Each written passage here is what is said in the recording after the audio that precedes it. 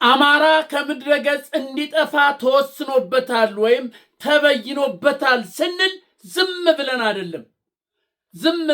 አይደለም፣ ወሬ ለማሳመር አይደለም የምንናገረው። ይህ ሊባኖስ ሚዲያ ነው። ሰብስክራይብ አድርግ። አንተ በተለይ አማራ የሆንክ ማንኛውም ኢትዮጵያዊ የሆንክ ይሄንን መልእክት ሁሉም ሰው እንዲሰማው መደረግ አለበት። ይሄ ሰበር ነው። በየቀኑ በየጊዜው ሰበር እንደምናመጣላችሁ ነግሬያችኋለሁ። ስለዚህ ዛሬ ሰበር ነው። ይሄንን ሰበር ሁሉም ሰው እንዲሰማው ኢትዮጵያዊ የሆነ ርኅራኄ ያለው የኢትዮጵያ ልብ ያለው ፈሪሃ እግዚአብሔር ያለው ሁሉ ይሄንን መልእክት እንዲሰማው አደራ። ሰብስክራይብ አድርግ፣ ሸር አድርግ። አማራ እንዲጠፋ ተወስኖበታል ብለን የምንለፈልፈው ለዚህ እኮ ነው። አንተ ለዚህ ነው ዛሬ በራያ ቆቦ በተደረገው ራያ ቆቦ እርስ በርስ በተደረገው ጦርነት ምክንያቱ ምንድን ነው? የእርስ በርሱ የብልጽግና እርስ በርስ ውጊያ ወይም ሞት ምንድን ነው ምክንያቱ ብለህ ጠይቅ፣ እነግርሃለሁ። በራያ ቆቦ የብልጽግና ወታደር ሰራዊቱን አማራ የሆኑትን መርጠው ፊት ለፊት ግንባር የጥይት ማብረጃ ተሰለፉ አሏቸው። ልብ በለህ ስማኝ። አማራ የሆኑትን መርጠው ከሰራዊት ውስጥ አማራ የሆኑት ተመርጦ ከየሻለቃው ከየሻምበሉ ያለው አማራ ተመርጦ በአንድ ግንባር ፊት ለፊት እንዲሰለፍ ሲያደርጓቸው ኖ አላ አማራ አንተ እዚያ አብሮ ቢልከሰከስ አማራዊ ስነ ልቡና አለው። እዚያ አብሮ ሆይ ቢል የአማራ ስነ ልቡናውን የካድ አይደለም፣ ከውስጡ የሚጠፋ አይደለም። አይሆንም ማለት ግባ አንገባም። ለምንድን ነው እኛ ፊት ለፊት የምንገባው?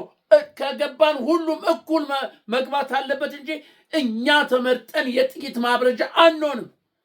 በግንባሩ ወዲያውኑ ሶስት ሲገደሉ ጦሩ አመፀ፣ ተበታተነ።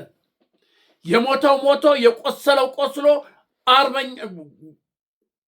እነዚህ የአማራ ወታደር በሙሉ ከነትጥቁ አለቃውን አዛዡን እየገደለ ወደ ፋኖ ገባ መሳሪያውን ይዞ። አንተ ይህን ነው እኮ ስንል የነበረ። አማራ የሆንክ በሰራዊት ውስጥም ያለ በሚኒስቴር ደረጃ ያለ በምን ደረጃ ያለ አማራ እርስ በርስ እያጋደለ መጨረሻ አንተንም ይበላሃል ብዬ ተናግሬ የነበረ። ስለዚህ በራያ ቆቦ እየተደረገ ያለው የራያ ቆቦ ሰራዊት ፈርሷል። ኢትዮጵያ እኮ እናንተ ዙሪያውን ተከባለች። ኢትዮጵያ ብልጽግና ዙሪያውን ተከቧል። በራያ ቆቦ ብትል፣ በዚህ በትግራይ ብትል፣ በአፋር ብትል፣ በጎጃም ብትል፣ በጎንደር ብትል፣ በወለጋ ብትል ዙሪያውን ምንም መንቀሳቀሻ የለውም። ብልጽግና እጅ ከመስጠት ያለፈ ሌላ ምንም። ይህን የምሰማ ሰራዊት በሰራዊት ውስጥ ያለ አማራ ይሆንክ ደቡብ ይሆንክ ትግሬ ይሆንክ እየሰማ ነው ወይ? እየሰማ ነው።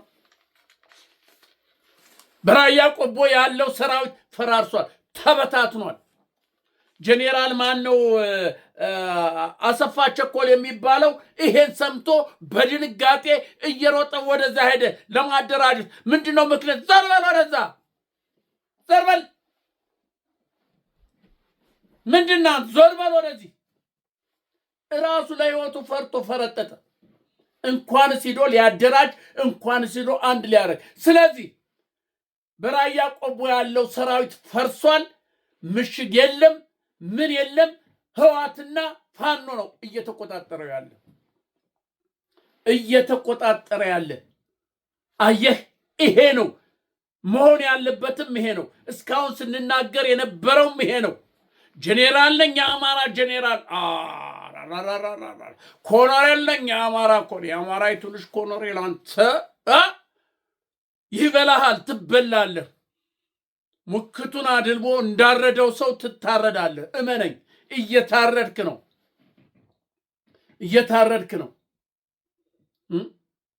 ይሄ አያሳዝንም? አማራ የሆናችሁ አያሳዝንም ወይ? አማራ ነኝ የምትል አታዝንም ወይ? አንድ ነገር አሳያለሁ። አማራ የሆን እውነተኛ አማራ ነኝ የምትል ወይም እውነተኛ ኢትዮጵያዊ ነኝ የምትል ይሄን እያየ ዝም የምትል አማራ ባትሆን ይሻል ነበር። የአማራይቱ እናት ባትወልድህ ይሻልህ ነበር። ጨውላሽ፣ ሆዳም፣ አጋሰስ የእንግዴ ልጅ አረማሞ ባትፈጠር ይሻል ነበር። በብልጽግና ስርስር እያልክ ከብልጽግና ጨው እየላስ ነገ ልትታረድ የሚያርድህን እጅ እየላስክ ያለህ ባትወለድ ይሻል ነበር። ስማ፣ ይሄንን ስማ። አገዛዙ ታጣቂዎች መረሸናቸውን ሰምተናል። እነዚህ ወጣቶች እንግዲህ በትራንስፖርት መኪና ውስጥ ሆነው እየተጓዙ እያለ ነው መንገድ ላይ እንዲቆሙ ተደርገው መኪናው ሶስቱ ተለይተው ወጥተው እዚያው በጥይት ተደብድበው አማራ በመሆናቸው ከዚህ በፊት የኛ ከቀይ ሽብርም ይብሳል ብሎ የተናገረውን ያስጠነቀቀውን አሁን በተግባር እየተረጎመው ስማው። አብይ የሚለውን ስማ። ሰው መግደል ኢህአፓ ሞክረው በደርግ ላይ አልሰራም። የኛ ግን ይብሳል። በብዙ ቁጥር ተባስቶ ነው ምላሽ የሚሰጠው። ጥሩ ስለማይሆን 10 ጊዜ ቆሞ ማሰብ ጥሩ ነው ያለውን ሰማህ አይደለም ወይ? በቀይ ሽብር ጊዜ ቀይ ሽብር ነበረ፣ ሞት ነበረ፣ ግድያ ነበረ። ግን በእኔ ይብሳል አለ።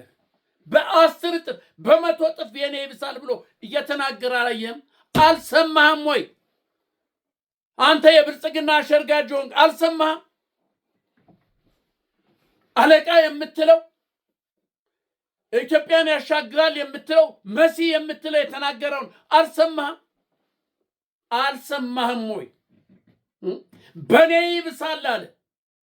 በኔ ይብሳል። ይሄው እነዚህን ወጣቶች እነዚህን ገና አንድ ፍሬ ወጣቶች ሰርተው ወደዚህና ወደዚያ የሚሉ ራሳቸውን ለመበልጸግ አገራቸውን ለመጥቀም ህዝባቸውን ለመጥቀም ሲሉ ከመኪና ውስጥ ከዚህ መኪና ውስጥ ታያል አስወርደው መርጠው አማራ በመሆናቸው ደብድበው አሰቃይተው በጥይት ነው ደብድበው የገደሏቸው። በጥይት ነው ደብድበው የገደሏቸው። አንተ በአማራነታቸው ይሄ እንኳን አይቆጭም? ይሄ እንኳን አይነዝርህም ወይ? አይነዝርህም? ይሄ አማራ ሁነ የተወለድ ይሄ አይነዝርህም? ይሄ ለመነሳት ይሄ በቂ ምክንያት አይደለም ወይ? የእስካሁኑን ተወው፣ እስካሁን ድረስ የነበረውን ተወው። ይግድ የለም ተወው። ከነገ ዛሬ ይሆናል እያልክ ነበር። ይሁን። በአንድ ቤት ውስጥ ታጉረ የተቃጠሉትን ተዋቸው። ጡታቸው የተቆረጠውን ተዋቸው። ይሁን። እስካሁን ድረስ የሆነውን ይሁን። በጅምላ ሲቀብሩ ያየውን ተው።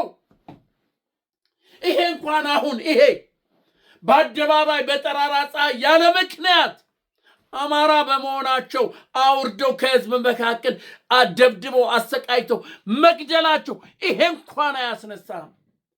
ይሄ እንኳን አያስነሳም።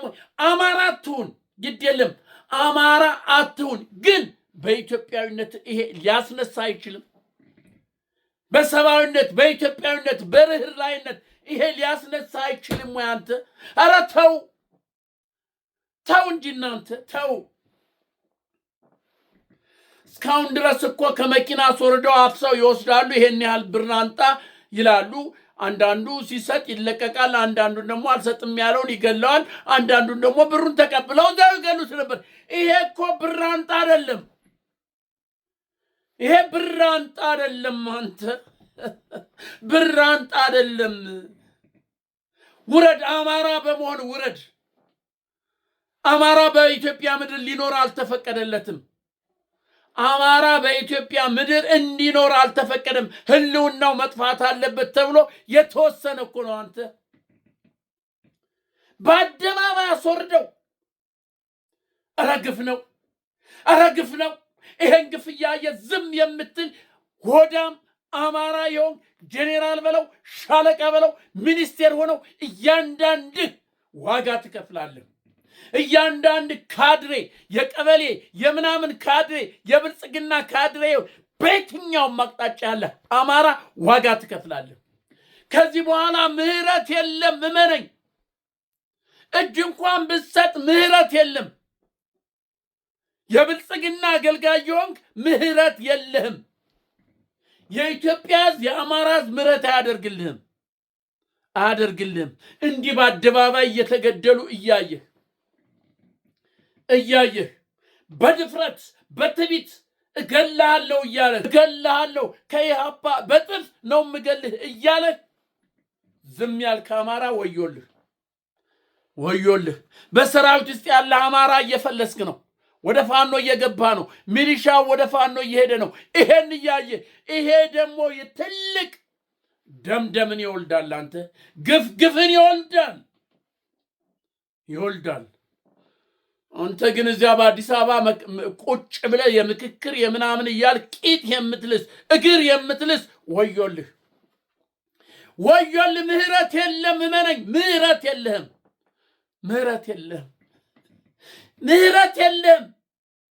አማራ በጦር ሜዳ፣ አማራ በአደባባይ፣ አማራ በሲቪል፣ አማራ ሀብቱ ንብረቱ እየተወሰደ በአደባባይ እየተገደለ አማራ ነኝ የምትል ካለ አይደለም። አማራ አይደለም። እውነት አማራ አይደለም። የእንግዴ ልጅ ነህ። የአማራ የእንግዴ ልጅ፣ የአማራ አረማሞ። ምን ነው ሆነ በቀረ ጄኔራል ነኝ ሻለቃ ነኝ ኮሎኔል ነኝ የምትል ዋጋ ትከፍላለህ። እመነኝ፣ እያንዳንድህ ዋጋ ትከፍላለህ። ዛሬ ኢትዮጵያ በመላው ዙሪያዋን ተከባለች። ምንም ማምለጫ የለም። የነ አብይ የብልጽግና ዋናው አጀንዳቸው ያሁኑ በዚህ ሰዓት ያለ የመጨረሻ ካርዳቸው ኦሮሞንና አማራን ለማጋደል ነበር። ኦሮሞንና አማራን ሲቪሉን እርስ በርስ እንዲጋደል፣ እርስ በርስ እንዲዋጋ፣ እንደ ሩዋንዳ እንዲተላለቅ ነው ዓላማና እቅዳቸው። ግን አይሆንም። ኦሮሞ ይሄን አያደርግም። አማራም ይሄን አያደርግም። አማራም ኦሮሞም ይሄን አያደርግም። እርስ በርስ አይተላለቅም። የተጋባ የተዋለደ አንድ ደም ያለው ነው። አንተ የነ አብይ ዕቅድ የነ ብልጽግና ዕቅድ ይሄ ነው። እነዚህን ወጣቶች በአደባባይ ሲገድል ሌላው አማራ ሆ ብሎ ሌላውን ኦሮሞ እንዲገል እኮ ነው አንተ ዕቅዱ ዓላማው። ግን አይሆንም። እመነኝ፣ አያደርግም። የኢትዮጵያ ሕዝብ የተቆራኘ ነው። የኢትዮጵያ ሕዝብ የተቆራኘ አንድ የሆነ ነው። የፈለገውን ብታደርግ አያደርግም። ልጁን እንኳን ብገልበት ሌላውን ሂዶ አይገልም። አንተን ገዳውን ይገልሃል እንጂ።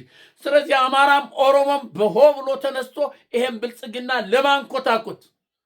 ለማንኮታኮት ከዳር እስከ ዳር ከጫፍ እስከ ጫፍ ተማምሎ ተነስቷል። ዙሪያውን ጦሩ ተከቧል። ዙሪያውን እየፈረሰ ነው። ወታደሩ እየፈረሰ ነው። በቆቦ ፈርሷል። በጎጃም ፈርሷል። በጎንደር ፈርሷል። በወለጋ ፈርሷል። እንዲህ እየተንጠባጠበ ነው ያለ። አንተ ፈርሷል። ስለዚህ እያየ እዚያ ቁጭ ያልክ አማራ፣ ይህን እያየ እዚያ ምክክር ምናምን እያልክ ያለ አማራ ወዮ፣ ይቺ ቀን ስትመጣ ወዮ።